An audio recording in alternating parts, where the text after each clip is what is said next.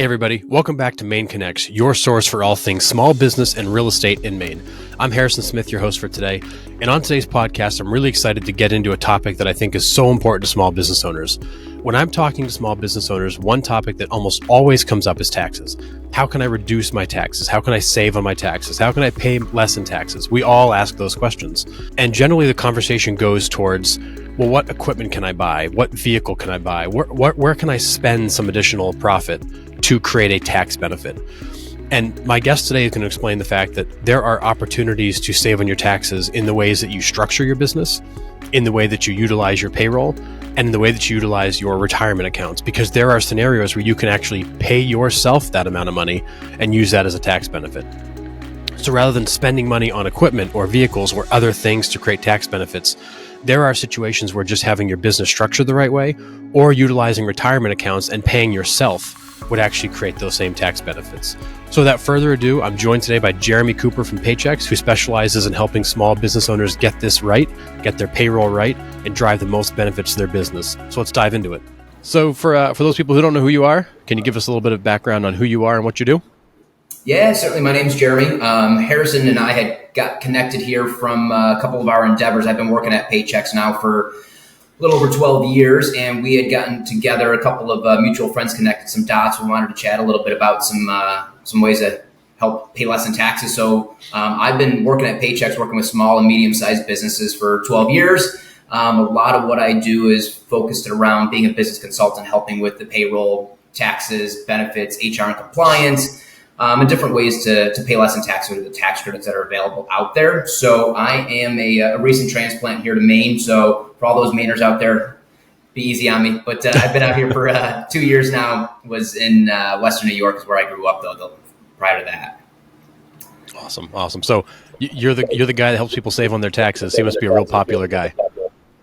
You know, it keeps me busy. There's some definite job security going on there. So no, it's a great gig. I initially went to school to teach, but teaching was no longer teaching, and I ended up flip-flopping majors. But I feel like with the teaching background and the mentality that kind of goes with it, that it really works out well with working with business owners and kind of educating them on what's available out there and maybe some efficiencies to their business. So it's kind of worked out really well with the progression here. Well, and you and I had a great conversation a little while back here about, how business owners can pay themselves and how entity structures work, and some really good advice on how to set that up, because I come across it a lot in the real estate world, working with a lot of real estate agents who are sole proprietors, or maybe they've got LLCs. But this is an issue potentially for all business owners and how they've structured their business, how they pay themselves. So can we get into a little bit about what you and I talked about when it comes to entity structures and the best way for people to pay themselves without potentially stepping in some of those landmines and paying more in taxes? Yeah, certainly. So, there's typically what people will see is when they're setting up their entity, there's a couple of different avenues they can go down. They can go down the sole proprietor or partnership avenue. They also have the option of going down a corporation or an LLC avenue. And especially with your industry, I see a lot of it where your agents may be set up as a sole proprietor and receiving a 1099, where that's all great and good, maybe starting off, but it's typically not the best fit for them in the long haul and when they're starting to do some good numbers. So that's where I like to have that discussion with business owners of how they're currently structured. I'm not an accountant or a CPA, but I have worked with the industry for 12 years now. So I like to soak things up like a sponge, pass it down to my clients, friends, whatever it may be. So,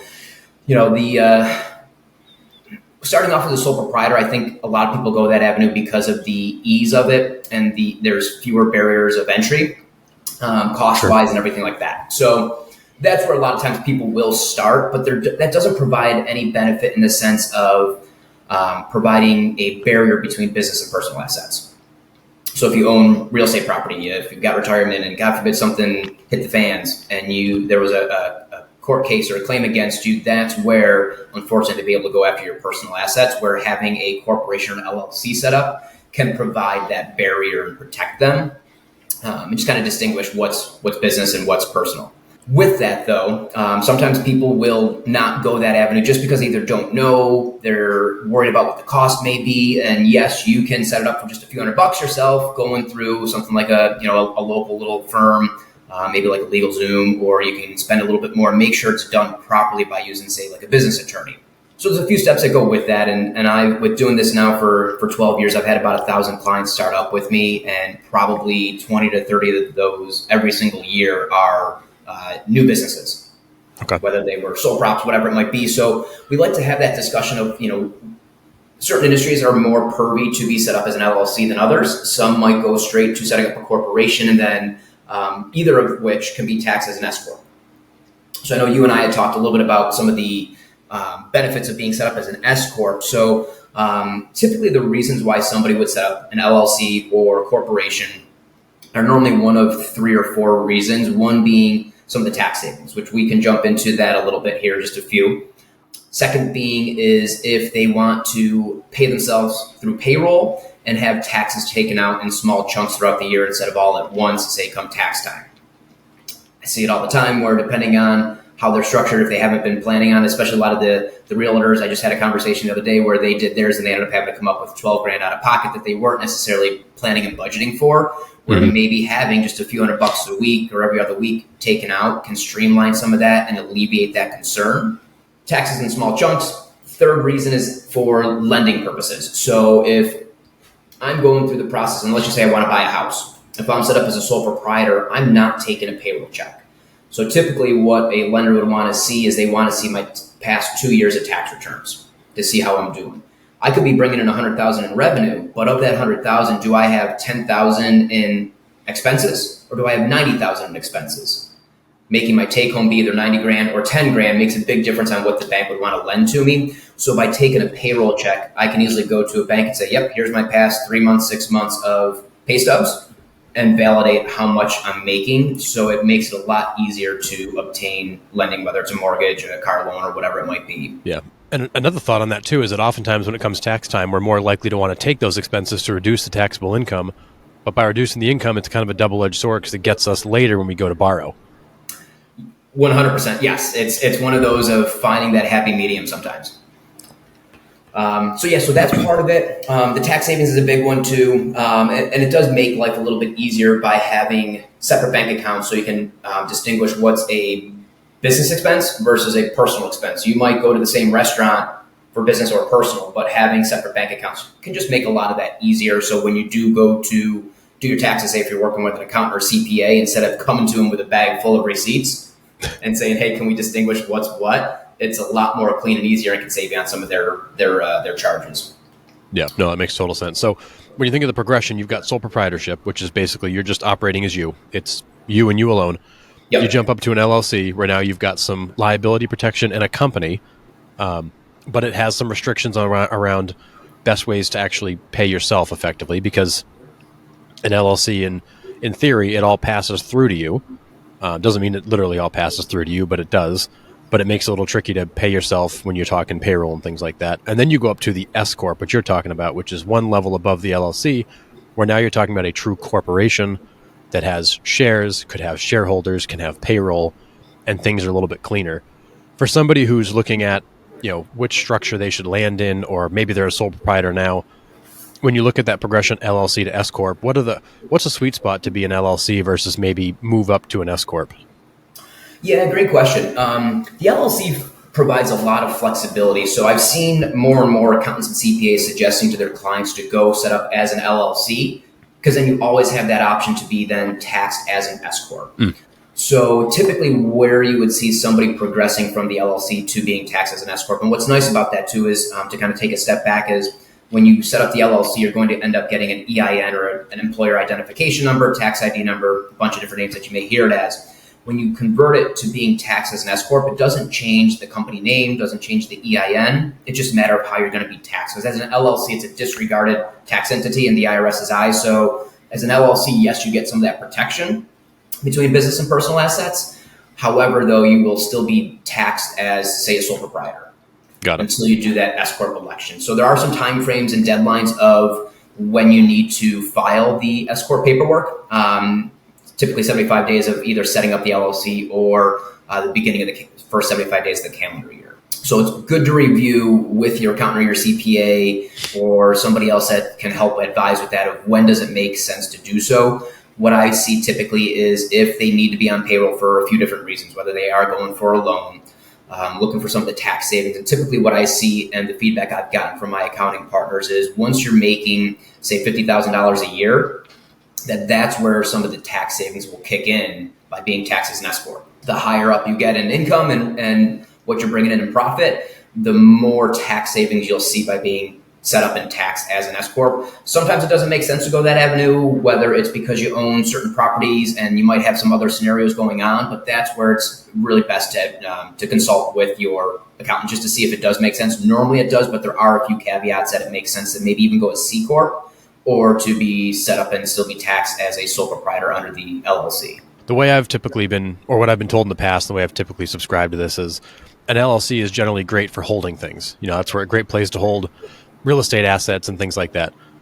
It's not a great place to hold people in the sense of, like an operating company and payroll and people. Generally, you want to make the jump up to an S corp if you're going to have employees and you're going to put yourself on payroll, and because there's a lot more flexibility there. So it's kind of sole proprietorship when you're super small and new, LLC if you're going to be holding things, and then really an S corp if you're going to be putting people, including yourself, on payroll.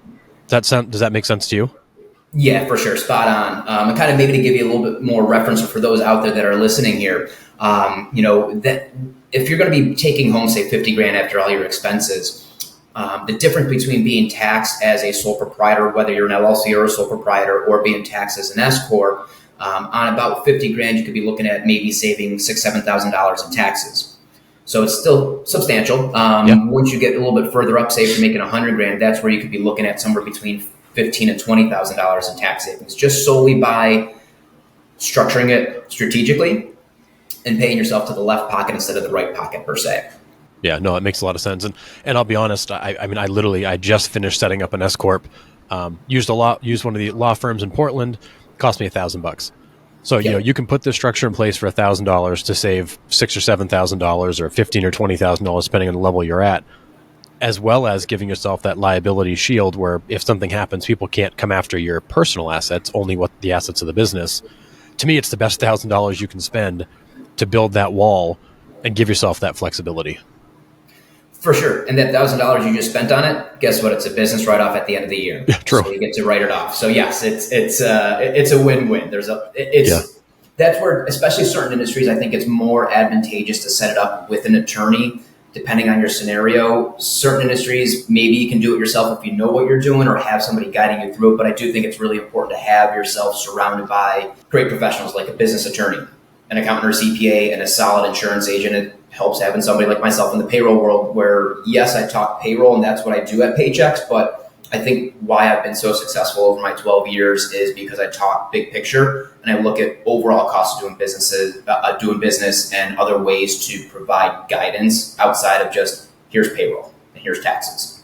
And so these entity structures are important for in terms of payroll and payroll taxes and being able to have some tax savings. But you and I also started talking about ways to shield some income with retirement accounts and how you can actually contribute to your own retirement through these various vehicles. Can you talk a little bit about how to also utilize the benefit of these different retirement accounts? Yeah, and this year it's been such a easier discussion to have and more of a benefit to businesses. With everything that's happened since COVID, obviously the employee pool to hire from has shriveled up a little bit and dried out. With that being said, there's a fight on talent. So that's where not only are there some great tax savings for offering and having a 401k for the tax savings piece, but also attracting and retaining good talent. But when it comes to some of the tax savings and sheltering some of your profits tax-free from Uncle Sam, it's a great way to do so because you can set up this 401k. You can do, so let's just say if I've got my LLC set up and I'm being taxed as an S corp, I'm the owner, but I'm also the employee. So as an employee, I'm taking a payroll check. I'm going to, let's just say I'm going to make 50 grand this year. I'm going to put 10,000 towards my 401k. Well, instead of getting taxed on 50 grand, I'm getting taxed on 40 grand. So I'm going to save in taxes there. Well, not only am I doing an employee contribution, you can have the employer match. So your company that you own can also do a match on top of your contributions.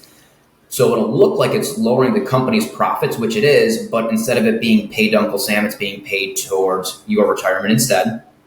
And then there's a third component to this, which is called profit sharing. It's a great avenue where if you still have profits in the business, and if you haven't filed your taxes yet, so let's just say if you were on an extension for last year's taxes and you haven't filed yet because you got the October 15th deadline, the government started this program called the Secure Act, and now it's a Secure Act 2.0. But what they've done is the profit sharing plan will allow you to take some of those profits and instead of paying taxes on it, dump it into your retirement, maybe your managers or employees. You can structure that the way you want. We can help you decide what might be best fit for you individually. But that's a great way to lower what the company's going to pay in taxes, just pay to your retirement. But also you can backdate a profit share plan now through the Secure Act. So what that means is if I haven't filed my taxes yet for 2022, this is one of the very few ways that I can lower my taxability from last year. So if I made $100,000 in profits after I paid myself and all my expenses, but let's just say I'm going to have the company do, say, $20,000 into my retirement through the profit sharing plan, the company's only going to get taxed on 80 grand instead of 100. So it's just all sorts of different ways to work the angles, and they're all legal angles. And as of December 22, they rolled out with Secure Act 2.0, which now the government will pay for the admin costs for 401k for the first 3 years. They'll cover $1,000 per employee for employer match and profit sharing. So they're incentivizing businesses to set something up, probably because Social Security won't be there so much when we get to retirement age. Right. Well, and I think what's really cool about that is that as the owner of the business and an employee of the business, you can actually take some of that profit that you're going to get taxed on, basically pay it to yourself in the form of a contribution to your retirement plan. So, future you is very happy. You've reduced your taxable income. And so really, as the owner of that business, you get to win twice. And then on top of it, if you've got employees you can share some of that with, it's a lot of goodwill and it's great for retention, reduces your taxable income again. So in many ways, it's a better use of the money than just having the profit sit there, writing a check to Uncle Sam at the end of the year and carrying on. And then all the other incentives you lay on top of it. I would imagine this is a program that's gotten a lot of people's attention. Yeah, we've seen quite the influx of new 401k plans being set up. One of the things that I also like to bring up where, we're talking about cost savings at the end of the day and tax savings. If you've got an employee that you want to retain, there's a couple of different things you could do to compensate them. You could give them a pay raise. Sure. If you give them a pay raise, that also comes with a raise to the government in the sense of anything you're paying out in payroll, you pay payroll tax and workers' comp on. So you're paying a percentage above and beyond. Or you can offer benefits where if you're going to implement a 401k or health insurance and pay for a portion of it, let's just say I was going to give Harrison an extra $100 a week via payroll. Well, that might end up costing me really $110, $115, $120 because of the extra 10, 15, $20 in taxes and workers' comp. Versus if I'm going to pay $100 towards your retirement or towards your health insurance each time, I'm not paying anything additional above and beyond that $100. So I'm going to save myself typically 10 to 20% by offering it through a benefit versus just through payroll. And then it's also kind of a stickier engagement with the employee to help keep them with you versus if it's just hourly, I can jump ship to any other business in the industry or wherever it might be, get the same pay rate versus, well, if I've got health insurance, if I've got retirement through this company, I'm more likely to stick around because of that. Oh, that's a great point because we hear it a lot lately is that not every employee out there just wants a raise. Some of them would love to see better benefits, retirement benefits, flexible work schedules, hybrid work schedules. There's a lot of ways to retain talented people other than just giving them a pay raise. Because in some cases to them, it's not necessarily about more money. It's about, more joy or more benefits to the position that they're in. And what you're really getting at is this is a great way to decide how you utilize that, pay raise money, which normally you just give to somebody in their paycheck. There are other ways to use this that may actually be more advantageous to the employee as well as yourself. For sure. Yes. Yeah. So, those are some of the areas that I'd love to dive into just because it's above and beyond just the payroll piece and I can bring some added value to the table. I mean, you and I could do payroll. It's math. There's some multiplication, there's some tax deposits, no big deal, but it's all the other stuff that we can bring to the table. So that's where I like to have that consultative approach. And most of my conversations when it's, looking at talking about bringing a client over to Paychex, most of the time it's not just about payroll. It's everything else that we can talk about. Yeah. Yeah. And I like the fact you mentioned the consultative approach. It's not just, we're a payroll service here, sign up and we'll pay your employees. It's like, no, we're going to actually look at your business and provide you some guidance and ideas around things you can do. And actually, and one of the things that originally got you and I talking was that employee retention tax credit. And that's a big deal. It's out there. I know a lot of employers, especially small employers, may not entirely know what that is, but I know it's something you've been talking about a lot. So can you get into what is that employer retention tax credit? Yeah, great question. This is one that I get super passionate about because this is where I can really make some life-changing impacts for clients and businesses. So everybody's familiar with COVID. Most people were familiar with the PPP loans. So they could get this loan from the government, get the funds forgiven as long as they met the certain thresholds requirements with it. This employee retention tax credit is another COVID relief program by the federal government where businesses, there's a few different ways to qualify. Basically what it is to help those that were negatively impacted by COVID or that had started operating right around when COVID started. So typically, I focus a lot on the food and beverage industry, whether it's restaurants, bars, grills, pizza shops, delis, whatever it might be, because all of them are almost guaranteed to be eligible for this. So the employee retention tax credit, what it is to qualify is if you were at restricted capacity or forced to close. All the restaurants, obviously. In Maine, they were forced to be at restricted capacity through May 24th of 2021. So for over a year, they were at restricted capacity. If you had a drop in revenue, or if you started operating your business February 15th of 2020 or after. Okay. So what is those several ways to qualify, and then you would get a percentage back of your payroll that you had for those eligible quarters.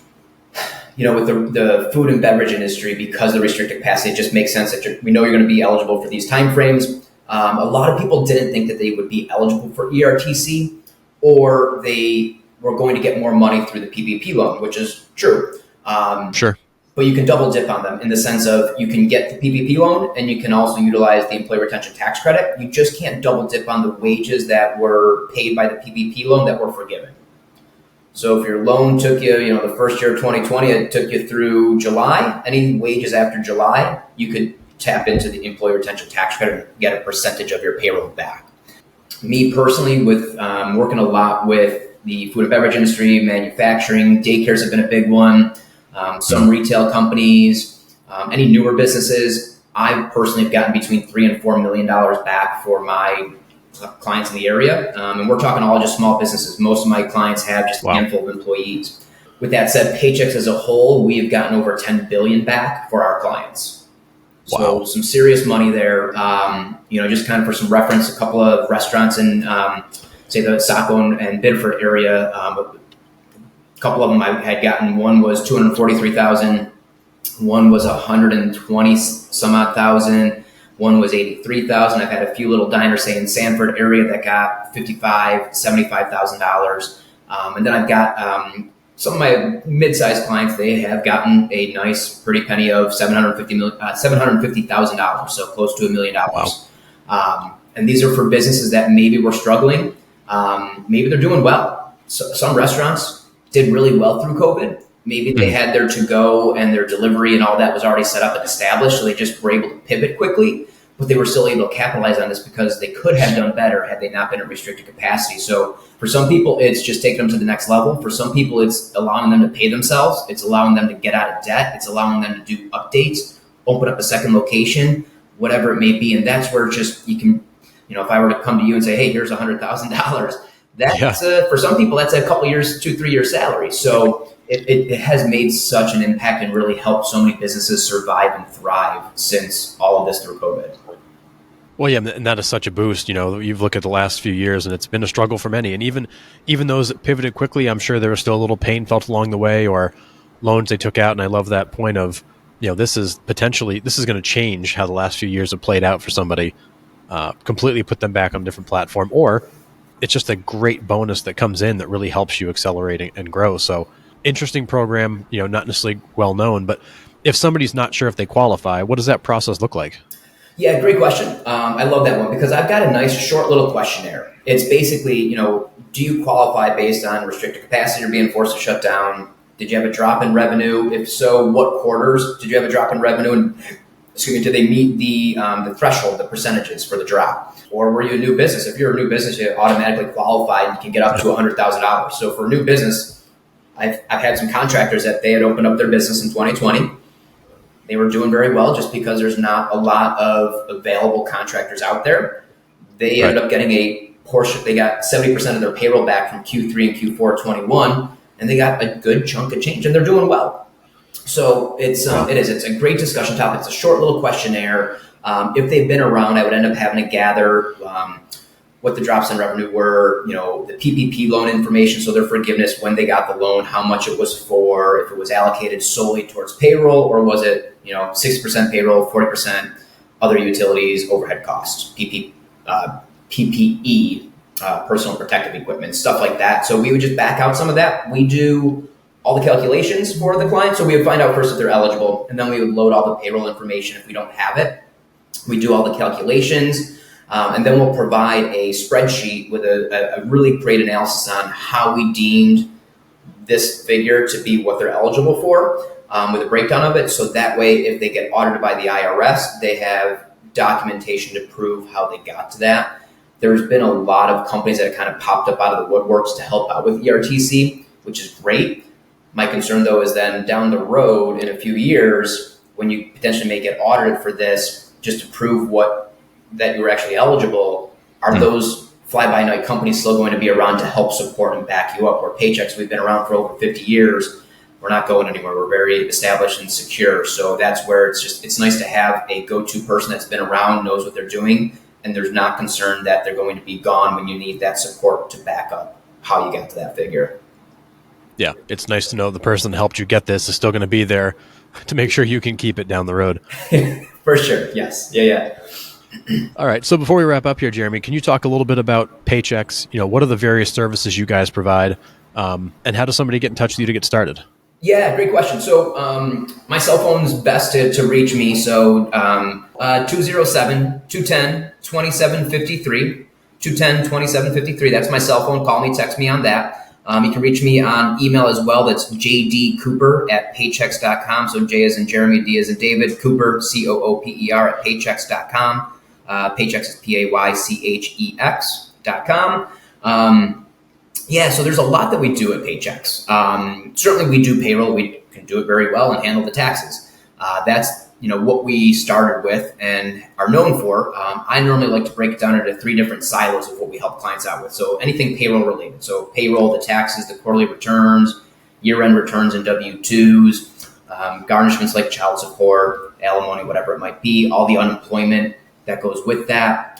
Workers' comp's been a big topic as well, depending on the industry. We can do something what's called pay-as-you-go workers' comp. So that's the first silo. Second being anything benefits related. So whether it's health insurance, pre-tax accounts to go with the health insurance, like an FSA or an HSA that some people may be aware of. It's basically money you can set aside pre-tax to use for other out-of-pocket health insurance costs, whether it's a copay, co-deductible, or a great avenue is for those that have kiddos or elderly family members that are being taken care of, like a daycare center. You can use pre-tax money to pay for that. So the benefits, the health insurance, those pre-tax accounts, and then retirement. So the profit sharing, the employer-employee contributions. So that would be the second silo, and then the third silo being anything. So on that, you guys do all the setup and the administration of it? We certainly can, yes. We don't Okay, so one-stop shop. Yeah, yep. Okay. And I guess, with you bringing that up, that's a really great point. If somebody has a financial advisor, we are not a financial advisor. We are simply doing the transferring of the funds and making sure that they have the documentation, the paperwork, and they're in compliance. So if somebody has a financial advisor, we work hand in hand with them. We are not advising on these are the mutual funds or anything that you should get into. Keep that relationship. We work hand in hand with them. And then anything HR and compliance related. So whether it's handbooks, safety manuals, OSHA trainings. Since COVID, there's that whole return to work and the safety of that. What's some of the new laws that have been coming out with paid time off? We see that New York came out there paid family leave, as well as California. Maine's in the process. They've actually signed off on that. That'll be getting implemented in a couple of years, where it's all these new laws and regulations that the state and the IRS don't tell you. That's where Paychex come in hand. We got a couple of different offerings where it could be more of a self-service. You look it up on our systems that are all up to state and Fed regs, or we have where we can basically lease out our HR business partners, where somebody can hire us for a few months if they'd like, get all their ducks in a row, have us being supported by our labor attorneys, and they know that T's are crossed, I's are dotted, they're in compliance. We've seen a big influx of that service just with all the new laws, regs, and compliances going on. Yeah, that's awesome. Anybody that's tried to do their own payroll or deal with their benefits or has had to have multiple parties involved, which I've lived through all of them, I love the idea that there's a one-stop shop where I can get all that taken care of, because for those people that don't do things like payroll and benefits administration and this stuff every day, it's a lot. It's so much to remember. It's so many things to do. It's not most people's strength to go through all that stuff, and having a partner that can really just take that all off your plate it's amazing to have. You don't realize how good it is until you've actually used it. And I got to say that those are a lot of times my best clients are the ones that were doing it themselves before. Yep. And had to learn maybe the hard way or just didn't realize how much time they were spending on it. Like, prime example, I have a client that just started up this week where he was using a self-serve program. He was having his quarterly returns filed to the IRS, but he didn't realize he had to file what's called a 941ME to the state of Maine and a UC1 for unemployment to the state of Maine. So for the last 2 years, they haven't been filing those. So we got some nasty grams, and his bank had connected the dots here for us. And it's like just having somebody lay out the map and the guideline for you, especially if you're not pervy or not familiar with the process. It's just nice to have somebody kind of do some hand holding through that and make sure you've checked all the boxes that need to be marked to not, incur some compliance issues and penalties. Yeah, no, that's absolutely true. And just having somebody you can rely on, who's got your back, who's taking care of all that stuff, it takes a lot of stress right off your plate. So, but with that, Jeremy, we got to wrap up. Really appreciate you coming on. For anybody listening that's interested in learning more about the Employee Retention Tax Credit, somebody that needs help with payroll, wants to look at how they're structured, how they're paying themselves, how the business is set up, by all means, please reach out to Jeremy. We'll make sure his contact information is in the comments as well, so you can reach out to him. But if he can help in any way, he's a great resource. I've enjoyed talking to him. And thanks so much for joining us today, Jeremy. Yeah, Harrison, I really appreciate it. It's been a great time, and enjoy the sunny weather that we finally have, and hopefully it'll be dry here. Yeah, let's hope for that, right? Awesome. Thank you. All right. Thanks, Jeremy. Yep.